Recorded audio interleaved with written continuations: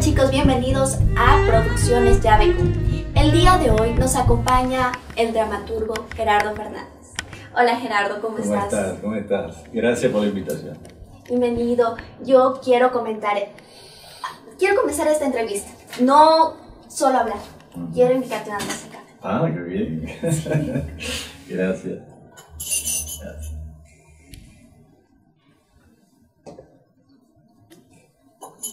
Cuéntame algo. Sí. Cuando tú tomas el café, ¿qué te recuerdas? A mi país. ¿Por qué? A Cuba. Yo soy muy cafetero. Yo duermo con una tacita de café al lado de la mesita de noche. Y no me hace ese daño que la gente dice que le causa, que si no duermo. No, si yo me despierto de madrugada y tomo café. Así que te podrás imaginar. Me imagino, y de hecho creo que es una rica sensación. Claro, cómo no. Yo no quiero hablar solo con el dramaturgo, quiero saber en realidad quién es Gerardo Fernández. Bueno, es que yo sin mi profesión no soy nadie. O sea, yo era un niño muy tímido, muy tímido. Y en la medida en que yo fui desarrollando mi carrera, que la cosa fue funcionando, yo fui adquiriendo seguridad en mí. O sea que no te puedo hablar de mí sin hablar de mi profesión. Porque fíjate cómo es que yo en cada trabajo me va la vida. Me va la vida porque sé que si falla, si me queda mal, la crisis es grande. Por lo tanto, estoy muy vinculado a eso, no hay manera de que yo me separe de mi profesión, que además me da mucho gusto. Y arriba de eso, porque yo empecé como actor, pero después yo digo que degeneré en esto que soy ahora, guionista. Pero después entonces me di cuenta, una vez fueron a Cuba y vieron un trabajo que yo estaba haciendo por televisión y quisieron que yo fuera a Nicaragua a dar clases, a impartir clases. Y por primera vez lo hice y me gustó. Entonces descubrí una nueva profesión. Entonces digo, bueno, como esto me gusta, me tengo que preparar para ello. Y ahí fue, o sea, mi práctica por un lado y mi esfuerzo porque yo le decía hoy a los alumnos que yo no estudié dramaturgia, en la etapa mía no se estudiaba dramaturgia. No había una escuela de dramaturgia en Cuba para hacer eso. Yo estudié dramaturgia a través de mi práctica y además de eso en los pocos libros de dramaturgia que existen. Bueno, Gerardo, tú eres un gran dramaturgo y un gran comunicador. Un dramaturgo. Bueno, un dramaturgo. Sí. Pero dramaturgo y comunicador como que no es común. ¿Por qué te hace común a ti?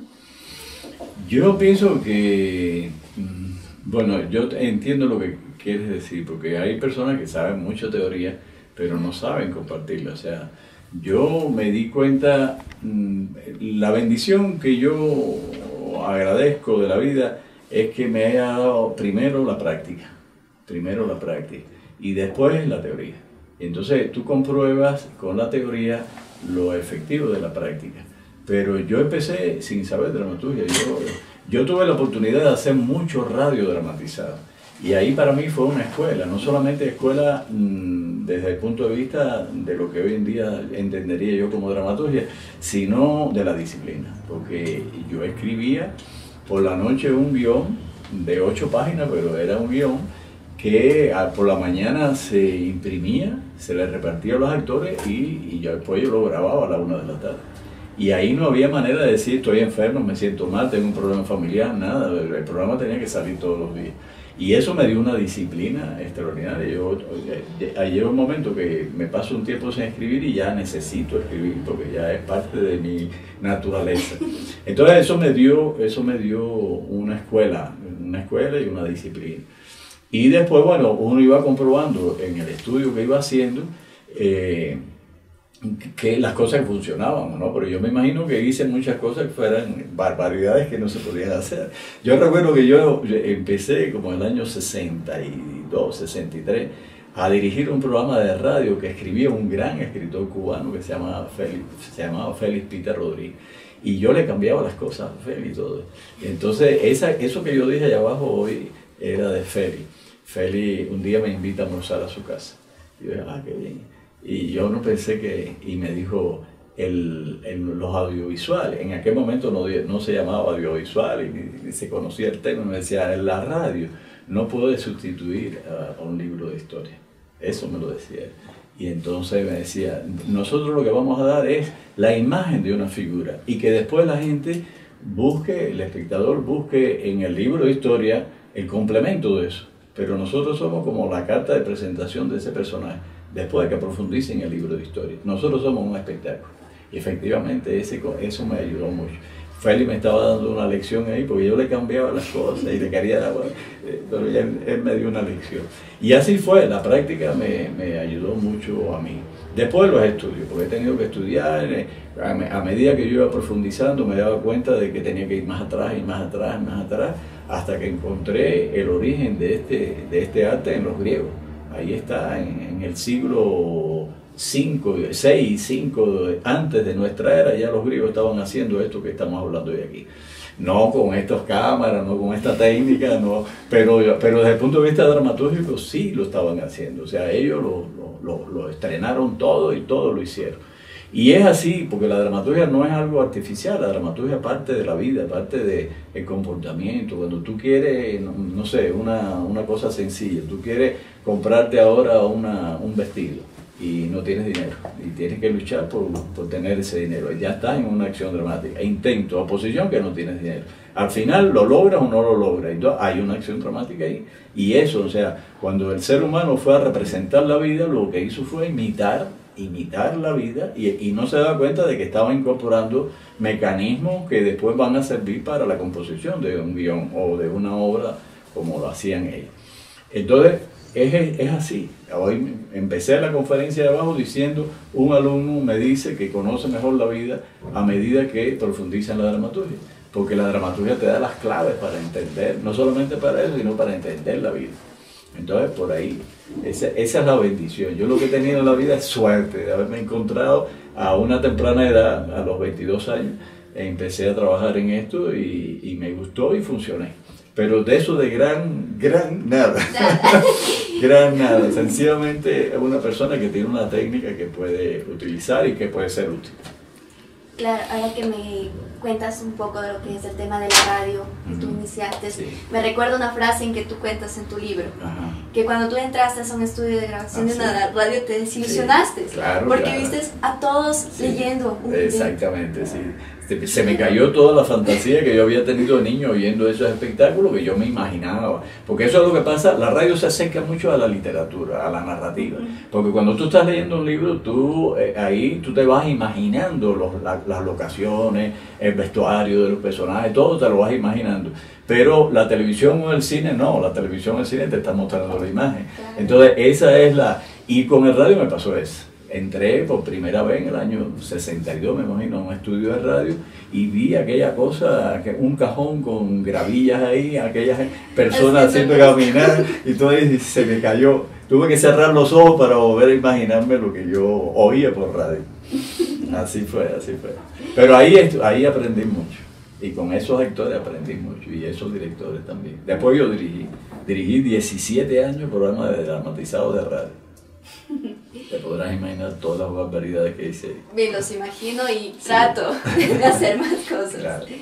Cuéntame un poco de cómo crees que es el tema del guión trabajado aquí en el Ecuador, tanto para el cine, la televisión y la radio. Bueno, la televisión no te puedo hablar mucho porque casi que no la veo, pero del cine sí, del cine bastante. Yo decía hace un momento que yo saludo el momento que está viviendo Ecuador y no lo hago desde el plano de un desconocido, o sea, de alguien que no conoce una trayectoria determinada, porque yo estoy vinculado al Ecuador desde el año 86. Vine por primera vez en el año 86, Camilo Luzuriaga estaba elaborando su guión de La Tigra y fueron alumnos míos, él, Pocho, Jaime Cuesta, todos esos grandes que algunos ya desafortunadamente han desaparecido. Pero desde entonces estoy al día de todo lo que se está haciendo en Ecuador en materia de cine. Y encuentro que hay un salto de aquel cine de los primeros momentos, desde aquella cosa, nosotros, Jaime Cuesta, los esfuerzos del padre Jaime Cuesta, por comprar una cámara de 35 mm. Hay un pase bellísimo que hay una película por ahí, por lo menos a nivel de guión, de cuando llegó al país una cámara de 35, que todo el mundo fue al aeropuerto a hacer un recibimiento. Todas esas cosas, lo que amamos esta carrera, nos llega profundamente, porque es así. Después cómo editaban, todo ese esfuerzo de los pioneros del cine acá en Ecuador. Y entonces estoy al día de lo que está pasando, o sea, no es alguien que va a opinar porque acaba de llegar.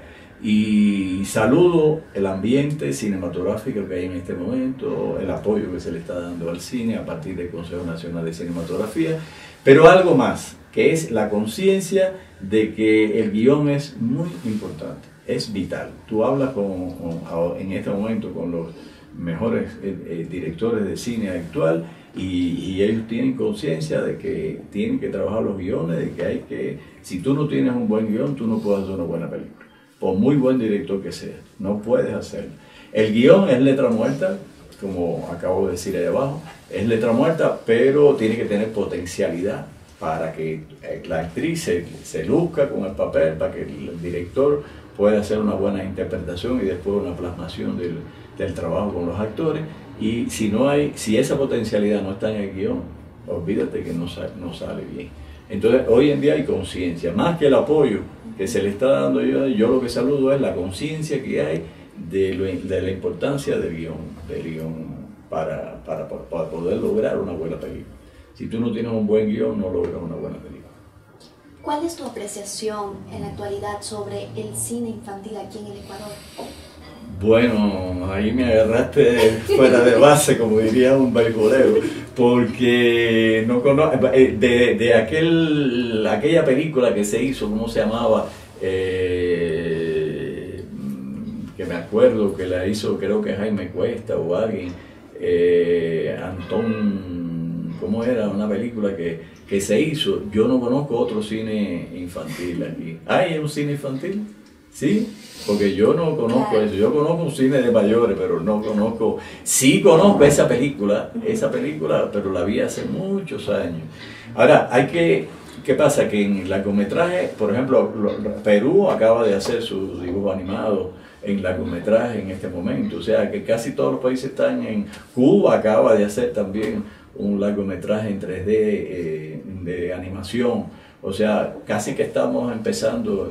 Cuba tiene una tradición en el cine, en 35, el Pidio Valdés, todas esas cosas que se han hecho, que han tenido mucho éxito. Pero bueno, te puedo hablar del cine de mayores, no del cine infantil. ¿Tú qué pauta darías para incentivar más a lo que es la producción del cine infantil en el Ecuador? Bueno, me tocas un tema que es para mí escabroso, porque lo ignoro, no por otra cosa. Pero, por ejemplo, en este momento vamos a iniciar en la Casa de la Cultura un taller para niños. O sea, primero se va a hacer un concurso para seleccionar, no sé, 20 o 30 niños, y después vamos a darle los mejores trabajos se van a premiar con una beca que va a durar todo un año, los sábados alternos, para trabajar con esos niños que ya escriben, porque yo no enseño a escribir, yo lo que le doy es una técnica, para que sean los futuros guionistas. Así que yo me imagino que de ahí estoy haciendo un trabajo para el cine a través de los niños, pero no sé qué se está haciendo en cine. En cine de animación he tenido varios alumnos que están trabajando en eso. Jaramillo, por ejemplo, Giovanni, que es un buen alumno que está trabajando en cine de animación, pero no es propiamente para niños. Es de animación, pero no para niños. Y hay algunos con de mucha fantasía.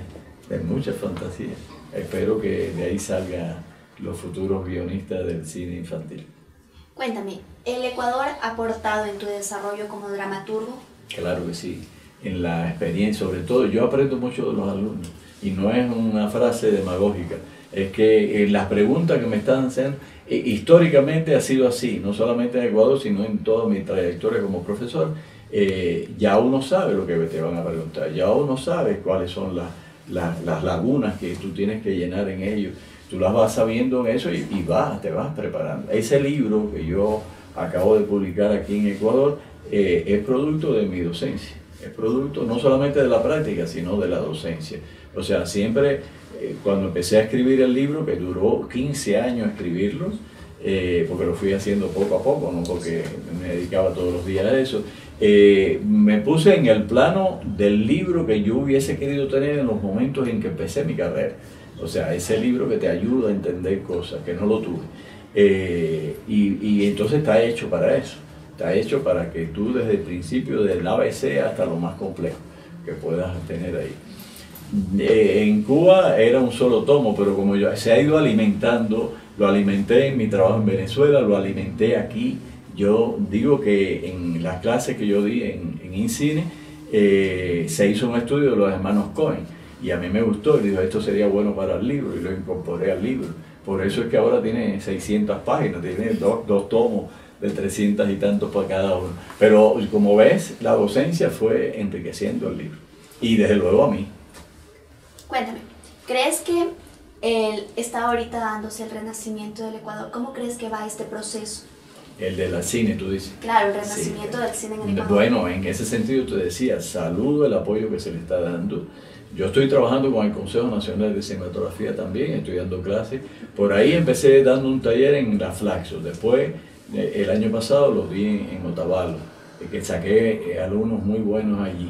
Y en este momento estoy impartiendo clases en la Universidad Técnica del Norte en Ibarra por el Consejo Nacional de Cinematografía.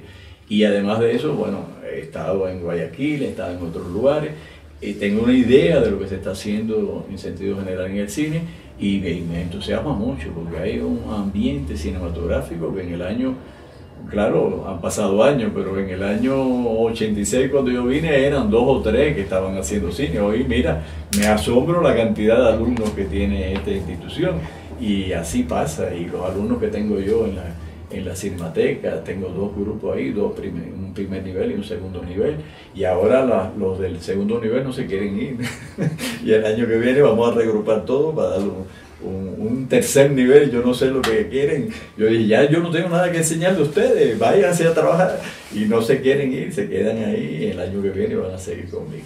Hay un muy buen entusiasmo, hay un apoyo de tipo financiero en este momento para las mejores cosas, desde luego. Siempre va a haber inconformidad, guiones que no llegan a obtener ese beneficio porque no logran la calidad suficiente, pero entre eso y que hay conciencia de que la importancia que hay que darle al guión, yo creo que esto es un momento ideal para el cine ecuatoriano. Si tú volvieras a nacer, ¿volverías acá al Ecuador? Ah, a Ecuador sí, yo pensé que tú decías a mi carrera, a Ecuador claro, siempre. Y a tu carrera, de hecho. Mira, no solamente yo, mi mujer y yo coincidimos en las opiniones de que nos sentimos muy bien aquí. Primero porque no nos sentimos extranjeros. ¿Te imaginas yo escribiendo un guión sobre Eloy Alfaro?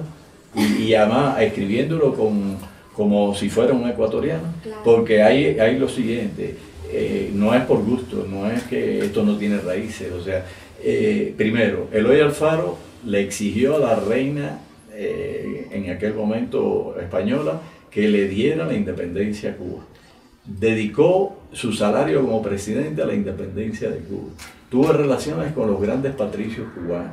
Eso por un lado, históricamente. Pero después, la escuela primaria a la que fue mi hija, que ya hoy en día tiene 40 y tantos años, se llamó Eloy Alfaro. O sea, hay una vinculación afectiva que cuando yo estaba escribiendo ese guión, primero por la investigación y después por sentimiento, yo no me sentía extranjero, yo me sentía un ecuatoriano, un latinoamericano que tenía que hacer esa labor. Entonces ahí está, o sea, ya a Ecuador. Pero añádele otra cosa, ustedes son un pueblo muy generoso. Hay un argentino por ahí que dijo que ustedes nunca podrían hacer tragedia porque son un pueblo muy noble. O sea, no llegan, lo dijo en un lugar determinado y de pronto yo con mi experiencia, yo tengo que estar forzando a los alumnos para que hagan tragedia, para que lleguen al género tragedia, porque me quieren minimizar y eso es por la bondad que tiene este pueblo, que no concibe la tragedia, concibe los finales felices. Entonces eso expresa la bondad, es un pueblo muy educado y es un pueblo muy tierno. Y no estoy haciendo porque estoy aquí, yo lo he dicho en Cuba, lo he dicho en Venezuela, donde quiera. Ecuador, los ecuatorianos son muy nobles, es un pueblo muy noble. Entonces, la acogida que me daba a mí, yo no me he sentido extranjero nunca aquí. No. Bueno, podrá haber alguien ahí que no simpatice con Cuba y me relacione a mí con todas las cosas malas que se dice Cuba, pero en sentido general no. Cuéntame, tú ¿Cómo quieres que te recuerde? Como alguien que aportó algo. ¿Y cuál sería tu legado? Mi legado sería que el día que yo me muera, alguien por ahí, porque yo me emociono mucho cuando voy por la calle y un alumno me dice, profe, eso para mí es una gran emoción. Y que efectivamente que no se sientan engañados, que sientan que yo les di algo para su trabajo. Y yo creo que sí, yo estoy consciente de que se lo doy, no es que si yo creo, no, yo se lo doy. ¿Por qué? Porque yo no entiendo que haya un profesor que no le dé las reglas para entender eso, que venga a decir el guión, mira, aquí se pone esto, no, por dentro, vamos a ver esto por dentro. ¿Te das cuenta? Que te dé método para la enseñanza, para poder entender eso. Entonces yo creo, estoy seguro que se los doy a los alumnos. Y entonces, y después lo veo en la práctica cuando empiezan a escribir las cosas que escriben.